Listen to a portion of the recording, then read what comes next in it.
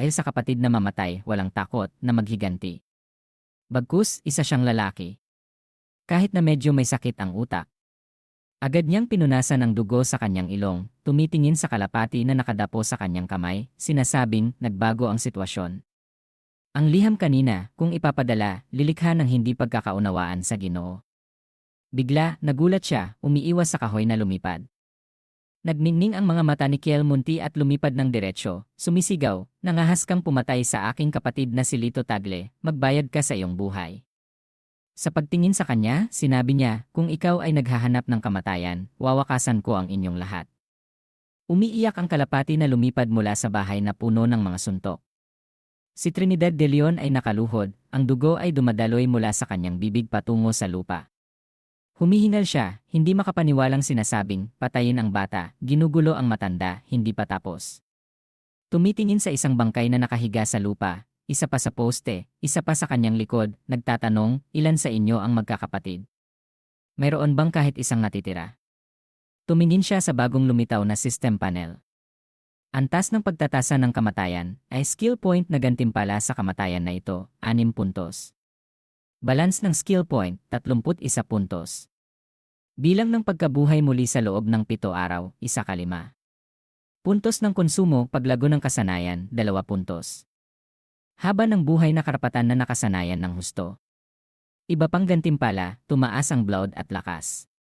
Bumulong si Kiel Munti, pagkatapos na mamatay ng 4 na beses, unang pagkakataon na bawasan ang 5 puntos para sa haba ng buhay na karapatan, pangalawang beses, 2 puntos ang ibinawas, at ang kasanayan ay tumaas ng 20%. Sa dalawang pagkakataon, 1 punto lang ang ibinawas, tumaas ng 40%. Bukod pa rito, bumababa ang pagtatasa. Mukhang mas mataas ang ranggo, mas maraming puntos ang ibabawas. Ang default na bilang ng mga punto na nakatalaga ng random ay mas kaunti. Ang isang tao ay hindi maaaring gumawa ng masyadong maraming paglilinis. Tumitingin sa bilang ng pagkabuhay muli, nag-isip ng malalim, isa na lamang ang natitirang pagkabuhay muli, napakahirap ibalik ang paghihiganti. Maghintay kaya ng 7 araw at bumalik ulit. Nakatago si Kiel Munti sa likod ng estatwa ni Buddha, tinitignan siya, nag-isip, hindi maaaring palampasin ang pagkakataong ito. Nanghihina na siya ngayon dahil kay Eneka, Tamka, at Laika ito ang pinakamagandang oras para kumilos. Naaalala ang mahirap na araw ng paglilinang, nag-isip, nakaupo sa ilalim ng talon, halos hindi ako nanalo sa kanya. Sa pamamagitan lamang ng pag-asa sa kasanayan ng haba ng buhay na karapatan na 20% pagkatapos na tumaas, hindi ko siguradong hindi ako mananalo. Sulit subukan ulit. Nang marinig niya iyon, nagpasya siyang tapusin ang misyon sa lalong madaling panahon, hihintayin ni Tip Lee na ipagpalit ang susunod na pamamaraan. Tiningnan ni Trinidad de Leon ang bangkay sa kanyang harapan, sinasabing, ang mga lalaki ay nagmumukhang pareho. Mas malakas ng kaunti kaysa dati, ang lakas ay tumaas, at ang martial arts ay nagiging mas sopistikado. Ang taong namatay, ang kanyang lakas ay halos katumbas ng akin. Kung may darating ulit, natatakot ako na hindi ko makakayanan. Tumingin siya sa direksyon ng pinto, naging nag-aalala. Niyakap niya ang kanyang braso, nanginginig, na sinasabing, siguradong wala nang natitira. Isang boses ang umalingaw-ngaw, syempre, mayroon. Lumingon si Trinidad de Leon, hindi makapaniwalang nagtatanong, paano? Tumingin si Kiel sa kanyang pagkakaupo sa balikat ng estatwa ni Buddha, pumapatak ang pawis sa kanyang noo. Tumingin sa nakangising anino sa likuran niya, mula sa mataas na lugar, sinipa ni Kiel ang lalaki, sinasabing, katarungan mula sa langit. Tumawa siya at nakita si Trinidad Bayani na bumagsak na may dugong umaagos mula sa kanyang bibig. Itinapon niya ang karagdagang supot ng pera. Kinuha ni Kiel ang papel mula kay Trinidad Bayani at mumuso, sinasabing, ito ang lihim na gustong isulat ni Trinidad Bayani sa Bokashi Samahan. Hindi mali ang impormasyon ni Kiel Tahan, si Trinidad Bayani ay talagang lumahok sa insidente ng paglipol sa pamilyang Kiel ng Ijiang. Sa unang pagkakataon na mamatay sa ilalim ng kanyang kutsilyo, nakakuha ako ng rangbong C. Maaari bang may kinalaman ang pagtatasa ng kamatayan sa pagkakakilanlan ng taong pumatay sa akin? Kung mamatay sa kamay ng isang masamang tao, mas mataas ang magiging ranggo. Kailangan kong beripikahin ulit. Yumuko siya at tiningnan ang natitirang liham, tumatawa, ang natitirang liham ay nakasulat sa sulat palaka. Hindi ko naintindihan. Dadalhin ko kay Tahantia para tingnan. Baka may maipalit na ilang benepisyo. Sa labas ng bayan sa isang eskinita sa ibong lungsod Sien, naglalakad siya. Ang anino ay sumasalamin sa maliit na lusak. Si Kiel, na may suot na sombrero, huminto sa harap ng isang maliit na silid, tumatawag, Tahantia, nandito na ako. Lumapit siya, binubuksan ang pinto, na inilalabas ang kanyang maliliit na kamay sa manipis na kortina ng seda patungo sa mukha ni Kiel. Nakatakip ang mga mata ni Tahantia ng puting tela, sinasabing, saan ka nagpunta? Ang iyong boses ay mali. Hindi ikaw si Kiel. Iwinagayway ni Kiel ang kanyang kamay, humihikbi, hindi nararapat na ang isang bulag na babae na nabuhay ng mag-isa ng higit sa kalahating taon ay napakasensitibo sa pangamoy. Ang kanyang sigla at lakas ay tumaas, ang katawan na ito, maliban sa kalamnan, kahit na ang boses ay katulad ng isang lalaki, lahat ng lalaki ay dadaan sa yugtong ito. Mabilis niyang itinulak siya, sinasabing, Tia, madali na lang ako magkaroon ng mga ilusyon. Hindi pa rin siya naniniwala, kaya sinasabi niya, talaga. Hindi ako naniniwala. Mayroon ka bang patunay na ikaw si Kiel? Bahagyang nag-isip si Kiel, biglang sumilay ang isang sinag ng liwanag sa kanyang ulo. Hindi ba't siya ang ninita? Agad siyang nanahimik, walang sinasabi, naaalala ang tanong ni Kiel sa kanya, hindi ka ba talaga si ninita? Lumapit siya sa kanya, na napakalapit na inaamoy siya, mukhang masaya, nag-iisip, napaka-close. Masaya na ako, hindi ko nasasabihin. Nakatukod ang mga kamay ni Tahantia sa pagkakaupo, dahan-dahang tumayo. Umiwas siya, sinasabing, ikaw nga pala. Pareho pa rin ang amoy. Namula ang mukha ni Kiel, bumubulong, sinisiguradong walang nakakarinig. Umupo siya, tumawid ng mga binti. Ang kamay ni Tahantia ay may hawak na tasang tsaa, mahinang sinasabing, pagkatapos na mapuksa ang pamilyang Kiel, laging kumikibot ang aking mga mata. Tanda ito na malapit nang bumukas ang langit na mata. Walang maaaring makatakas sa kanila, kaya huwag mong isiping lokohin ako. Napagtanto iyon ni Kiel, sa kanyang isip, huwag masyadong magsinungaling sa langit na mata, sumusulat pa rin ako ng mga mata ng reinkarnasyon dito. Yumuko siya, inilalabas ang papel sa harap ng kanyang mga mata, sinasabing, tama, tama, tama. Siya na lamang ang natitira sa pamilya ni Kiel. Hindi papatayin ng banal na mandirigma, tiyak na dahil ipinanganak siya na may likas na talento at mas mataas na espiritual na pangunawa kaysa sa iba. Naalala, tinatanong niya kung kailan ipapasa ang ikalawang kabanata ng Haba ng Buhay na Karapatan sa kanya. Nang marinig niya iyon, sumagot siya, huwag masyadong maging mapusok. Kung gusto mong linangin ang panloob na puwersa, kailangan mo munang sanayin ang iyong paggamit ng sigla at lakas, at dagdagan ang lakas. Ang prosesong ito ay nangangailangan ng hindi bababa sa 5 o 6 na taon. Itinaas ni Kiel ang kanyang sarili, ipinapakita ang kalamnan ng kanyang braso, sinasabing, hindi ba't gusto kong maghiganti sa tiya? Hindi ba't sinabi nating tuturuan ako ng tiyan ng haba ng buhay na karapatan para makapaganti sa pagkalipol ng pamilyang Kiel? Bukod pa rito, nararamdaman kong malapit na akong matapos sa yugto ng paglilinang ng lakas. Dahan-dahan niyang sipsip ang tsaa, sinasagutan ng nag-aalangan. Iniabot ni Kiel ang kanyang kamay, hinahawakan ang kamay ni Tahantia, at nagsasabing, halika, hawakan mo ang iyong kamay. Pakiramdaman ko ang buto para sa'yo. Tingnan mo kung gaano kalayo ka mula sa pagtanda. Hinawakan ni Tahantia ang braso ni Kiel. Nararamdaman niya na tumigas ito, agad na sumilay ang isang sinag ng liwanag sa kanyang ulo. Namula ang kanyang mukha, nagmamadaling umatras, sumisigaw, ano nang hahawakan ko? Itinaas ni Kiel ang kanyang kamay, tinatapik ang braso na puno ng kalamnan, sumasagot, ang braso, ano pa ba ang iniisip mo? Ipinilig niya ang kanyang ulo, umuubo, sinasabing, sa katunayan, katatapos lang naming magkakilala ng 1 buwan, at malilinang mo na. Maaari bang isa kang talento sa paglilinang ng martial arts?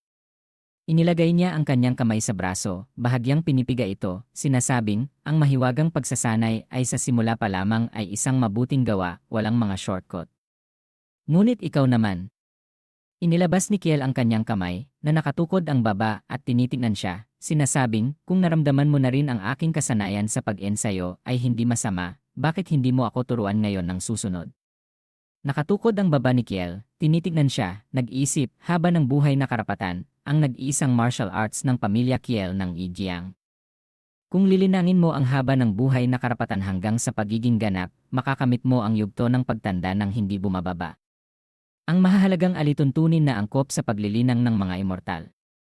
Kailangan kong tapusin ang pag-ehersisyo sa lalong madaling panahon.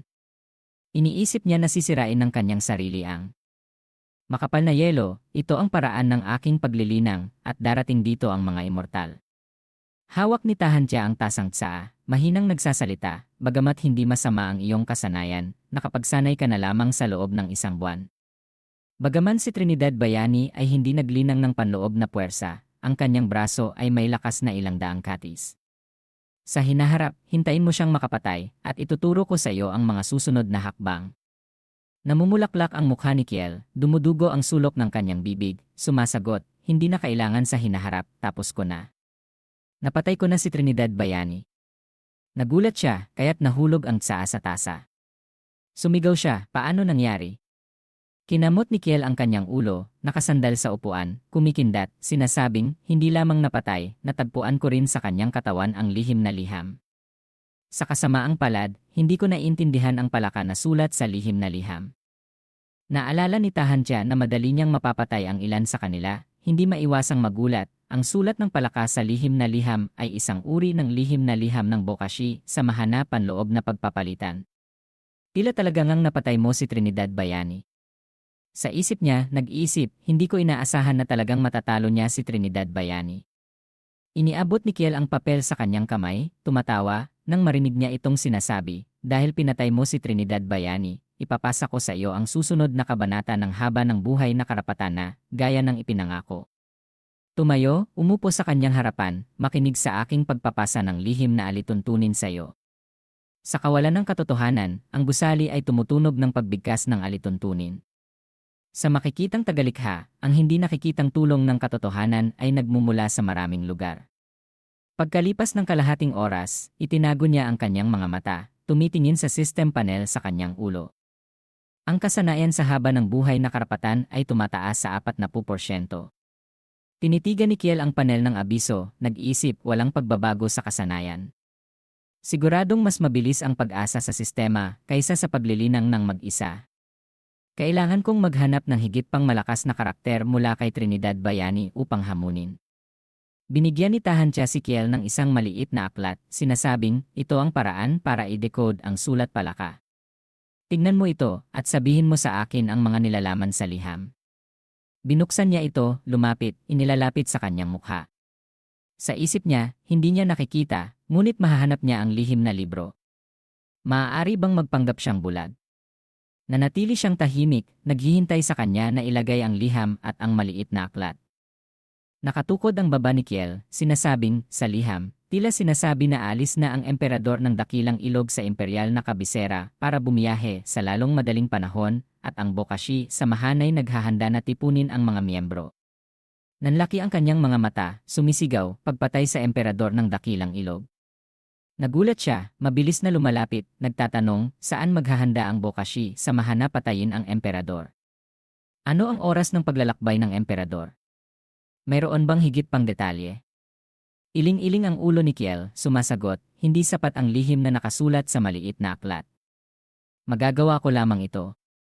Hindi ko ma-decode ang tiyak na oras at lokasyon. Bumagsak si Tahantia sa upuan. Hinigpitan niya ang kanyang mga kamay, naggangalit, ang bokashi sa mahanay talagang may lakas ng loob. Ngunit kung gumalaw sila, malamang na may posibilidad. Umupo si Kiel, na nakatukod ang kanyang baba, nagulat na nagtatanong, napakalakas ba ng bokashi sa mahan? Nang marinig niya iyon, sinasabi niya, noong una, sinabi ko lamang sa iyo na ang bokashi sa mahanat ang banal na mandirigma ang nagpuksa sa ating pamilyang Kiel. Hindi ko sinabi ang dahilan. Sinimulan niyang ikwento ng isa-isa. Ang banal na mandirigma ay kilala bilang pangalawang pinakadakilang martial artist sa mundo. Itinatag niya ang bokashi sa mahana't winasak ang maraming pamilyang martial artist at mga sekta sa kanyang sariling pagsisikap. Gayon din, kinuha niya ang mga lihim na libro ng martial arts na itinuturing ng bawat sekta na sarili nilang kayamanan upang pahintulutan ang mga miyembro na malayang basahin ang mga ito sa loob upang mapabuti ang kanilang sariling lakas. Naaalala niya ang nawasak na eksena ng kanyang tahanan, nagsasabing, ang haba ng buhay na karapatang aming pamilyang Kiel ay isang pambihirang martial art na itinuro ng mga tagapagtatag ng unang henerasyon na nakatira sa kabundukan. Sa huli, hindi pa rin nakatakas sa kanilang kamay. Higpitan niya ang kanyang kamay, nanginginig, sinasabing, ipinasa ko sa iyo ang haba ng buhay na karapatan, hindi umaasa na mapupuksa mo ang banal na mandirigma, ngunit inaasahan na kapag natapos mo ang kasanayan, mapuputol mo ang mga pakpak nito. Nanginginig ang buong katawan ni Tahantia, naggangalit, para mapatay ko mismo ang banal na mandirigma. Tahimik. Siyang tinitingnan, hindi alam kung paano aliwin. Tumukod ang ulo ni Kiel, tumatawa, sinasabing, mayroon akong naisip. Maaaring subukan kong pumasok sa panloob na bahagi ng Bokashi samahan. Nang marinig niya yon, agad siyang sumigaw, nakapag-ehersisyo ka na ba hanggang sa maging tanga ka na? Gusto mong sumali sa Bokashi samahan? Iwinagayway ni Kiel ang kanyang daliri, pagkatapos ay sinuntok ng malakas ang mesa.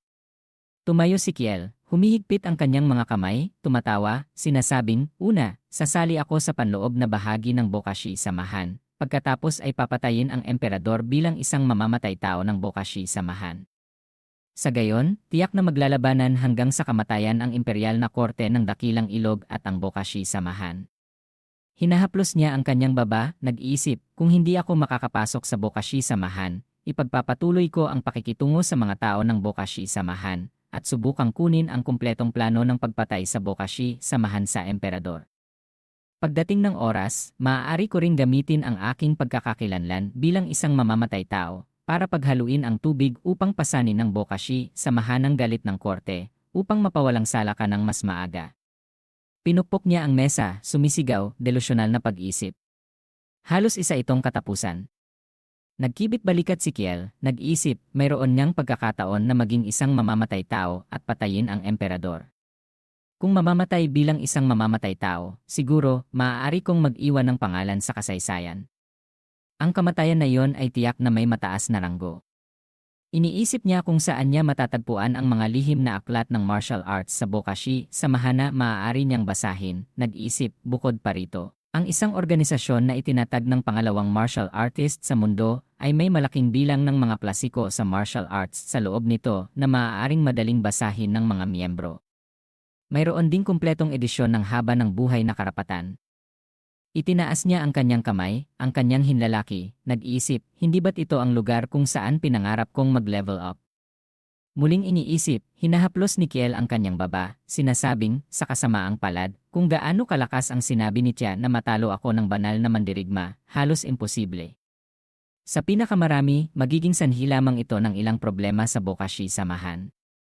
Kaya, ito ang pinakamahusay na paraan. Itinaas niya ang kanyang boses, sumisigaw, ngunit mamamatay ka, nagpakita si Kiel ng isang mukha na walang takot, sinasabing, ano ng katatakutan sa kamatayan. Sa kanyang puso, pilit niyang pinipigilan ang kanyang pagtawa. Bahagyang umangat ang kanyang ilong, naaamoy, higpitan ang kanyang kamay, iniisip, walang amoy ng pagsisinungaling. Higit pa, nararamdaman ang kasabikan at kagalakan. Seryoso siya. Pero ano ba ang gusto niya? Ang haba ng buhay na karapatang kumpara sa kanyang buhay ay hindi katumbas ng kahit ano. Ano pa ang maibibigay ko sa kanya? Namula ang mukha ni Tahantia, niyayakap ang kanyang mga pisngi gamit ang kanyang mga kamay, iniisip ang isang posibilidad, siguro, ninanais niya ang aking katawan. Nagdududa ang ulo ni Kiel, ang ekspresyon na parang talon, tumitingin sa kanya na nayayakap ang kanyang mukha, nasasabik, sinasabing, Tia, ano na naman ang iniisip mo? Niyakap niya ang kanyang mukha, itinataas ang kanyang kamay, nanginginig sa kanya, sinasabing, nararamdaman ko lamang ang dakilang kabutihang loob na hindi kayang bayaran. Ano pa ang magagawa ko para sa'yo? Nang marinig niya ang kanyang sinasabi, nahihiyang kinamot niya ang kanyang ulo, nagtatanong, bakit? Sa kanyang puso, nahihiya na nag-isip, mandirigma ako ni Kiel, paano ko maiisip ang bagay na yon? Hindi talaga dapat. Nakasandal si Kiel sa pinto, nakayuko, sinasabing, tungkol dito, may isang bagay na maaari lamang gawin ni Tia. Napalunok siya, pagkatapos ay nagtanong, ano yon? Itinuro siya ni Kiel, tumatawa, sinasabing, lihim. Hindi niya maintindihan, naglalabas ng tanong na tanong. Sa isip niya, kung hindi siya natatakot mamatay, subukan natin siya pansamantala. Huminga siya ng malalim, pagkatapos ay sumagot, sige. Inilagay ni Kiel ang maliit na pulang aklat sa kanyang damit, sinasabing, nasasayahan ako. Naaalala, tinatanong niya, alam mo ba kung mayroon pang ibang miyembro ng Bokashi samahan sa malapit? Mahinang sumagot siya, mayroon. Naaalala niya ang lalaking iyon at ang mansyon niya. Ang pinuno ng lungsod ng ibong lungsod, Juan Balong. Ang isang latigo ay bumagsak sa likod ng isang lalaking nakaitim habang naglalakad sa kalsada, pagkatapos ay muling tumama sa likod ng lalaking nakaputi na umiiwas. Ang mga tao na naglalakad sa kalsada ay mabilis na tumakbo, sumisigaw upang umiwas sa latigo. Ang kasambahay ay nagbukas ng daan kay Kwan Nenji, na nakasakay sa isang kabayo. Nandito na si Kwan Nenji, masamang Master Kwan. Tumakbo na kayo. Patawarin na sana kayo ni Kwan Nenji. Ang isang kasambahay na nakatayo sa tabi ng kabayo ni Kwan Nenji, na may hawak na latigo, tumingin sa mga tao, mayabang na sinasabi, naglalakad na si Kwan Nenji, huwag humadlang sa daan. Ang sulok ng kanyang mga mata ay tumitingin sa grupo ng mga tao, tila may natagpo ang kumikinang, naglalabas ng isang tanong na tanong. Agad na itinuro ni Kwan Nenji ang isang direksyon, sinasabing, kunin ang magandang babae sa kabilang banda dito. Itinaas ni NC Rianryo ang espada, sinasabing, huwag kang magtangkang gumawa ng kalokohan. Sa tabi niya, binunot din ni Kwan Balong ang espada, minumura, walang hiya. Kahit na mamatay ako, hindi kita hahayaang magtagumpay. Biglang, lumitaw ang isang malaking pakpak, humahawak ng mahigpit sa kamay na may hawak na espada. Mabilis na pinigil ng dalawang malalaking kalbo si NC Rianryo. Isa sa kanila ang nagsasabing, Ginoo, iniimbitahan ka ng aming master na makipag-usap. Nagulat siya, naglalabas ng isang hindi maunawaang sigaw, tinitingnan sila. Hindi makapaniwalang nanginginig si Kwan Balong sa tabi, itinuturo siya, sinasabing, ang magandang babae na sinasabi niya ay siya. Nahihiya siyang namula, sumisigaw, walang hiya. Naglabas din siya ng espada, malakas na sumisigaw, Diyan lang, tutulungan kita. Kailangan nating turuan ang magulong master. Naggangalit si Kwan Nenji, galit na itinuturo siya, iniuutos, turuan ang masamang babae na yon na hindi alam ang mundo. Agad na lumitaw ang maraming kalbo, mabilis na sumusugod patungo sa dalawang tao, tumutugon, opo. Si MC Rianryo ay pinipigil ng isang lalaki. Si Kwan Balong ay pinigil ng dalawang iba pang kalbo. Sa ulo ng Kwan Nenji, mayroong isang anino na kumikinang ang mga mata, nagmamasid sa asul na langit. Ang mga ulap ay dahan-dahang lumalayo. Biglang, umaalingaw-ngaw ang isang mapurol na sigaw. Nagulat ang mga tauhan, natutuklasan ang usok na lumalabas mula kay Kwan Nenji. Agad na sumisigaw ang mga taong iyon, Senjini. Sinisikmura ni Kiel ang leg ni Kwan Nenji, itinataas ito sa mataas na lugar. Agad na sumisigaw ang mga tao, ginugulo ang aming Senjini. Namumula ang mukha ng lalaki, nahihirapang huminga, banta sa kanya, huwag kang gumalaw, kung hindi, ang aking ama ay ang pinuno ng ibong lungsod. Itinayo ni Kiel ang kanyang kamay, nagpapakita ng walang bahalang ekspresyon, sinasabing, ganoon ba? Ang mga mata ng lalaki ay puno ng galit, sinasabing, darating na ang aking ama. Hindi ka maaaring makatakas. Sa oras na yon, tiyak na hayaan kitang mabuhay ng mas masahol pa kaysa sa kamatayan. Nang marinig iyon ni Kiel, sa kanyang puso, masaya siyang sumisigaw, mayroon pa bang magandang bagay na katulad nito? Hinahaplos niya ang kanyang baba, nag-isip, sa una, ako ay naghahangad lamang na gumawa ng mabuti, patayin ang anak ng pinuno ng lungsod, at pagkatapos ay maghintay na patayin ako ng mga tagapaglingkod na ito. Ngunit kung mapapatay ako ng pinuno ng lungsod, ang pagtatasa ng kamatayan ay tiyak na tataas sa isang mas mataas na ranggo, hindi ba? Ang sistemang walang kamatayang ni Renya Sin ay agad na lumabas kasama ang isang panel ng abiso. Gumagawa ng mabuti, inaasahang pagtatasa ng kamatayan. Patuloy sa pagtatantya, sa huli, humihinto sa panandang pandagdag. Nagulat si Kiel, nag-iisip, sa unang pagkakataon na lumabas ang pagtatasa ng mungkahi sa kamatayan, sa gayon, sumasang-ayon din ang sistema sa aking opinyon. Nang naisip ito, hindi niya maiwasang tumawa. Nanginginig ang kanyang buong katawan, pinipigilan ang kanyang pagtawa. Ang mga kalbong tao na nag-aalala ay tumakbo, sumisigaw, Senye. Ang dalawang alagad ng Min Muit Tianzi nan sumigaw, salamat, dakilang mandirigma, sa iyong pagtulong. Ngunit ang taong ito ay may malaking kapangyarihan. Hindi namin kayo maaaring gulo, dakilang mandirigma. Tumakbo na kayo. Nagpakita si Kiel ng isang masamang ngiti, sinasampal ng malakas ang mukha ni Kwan Nenji. Nang makita iyon ng kalbong tao, natakot siya.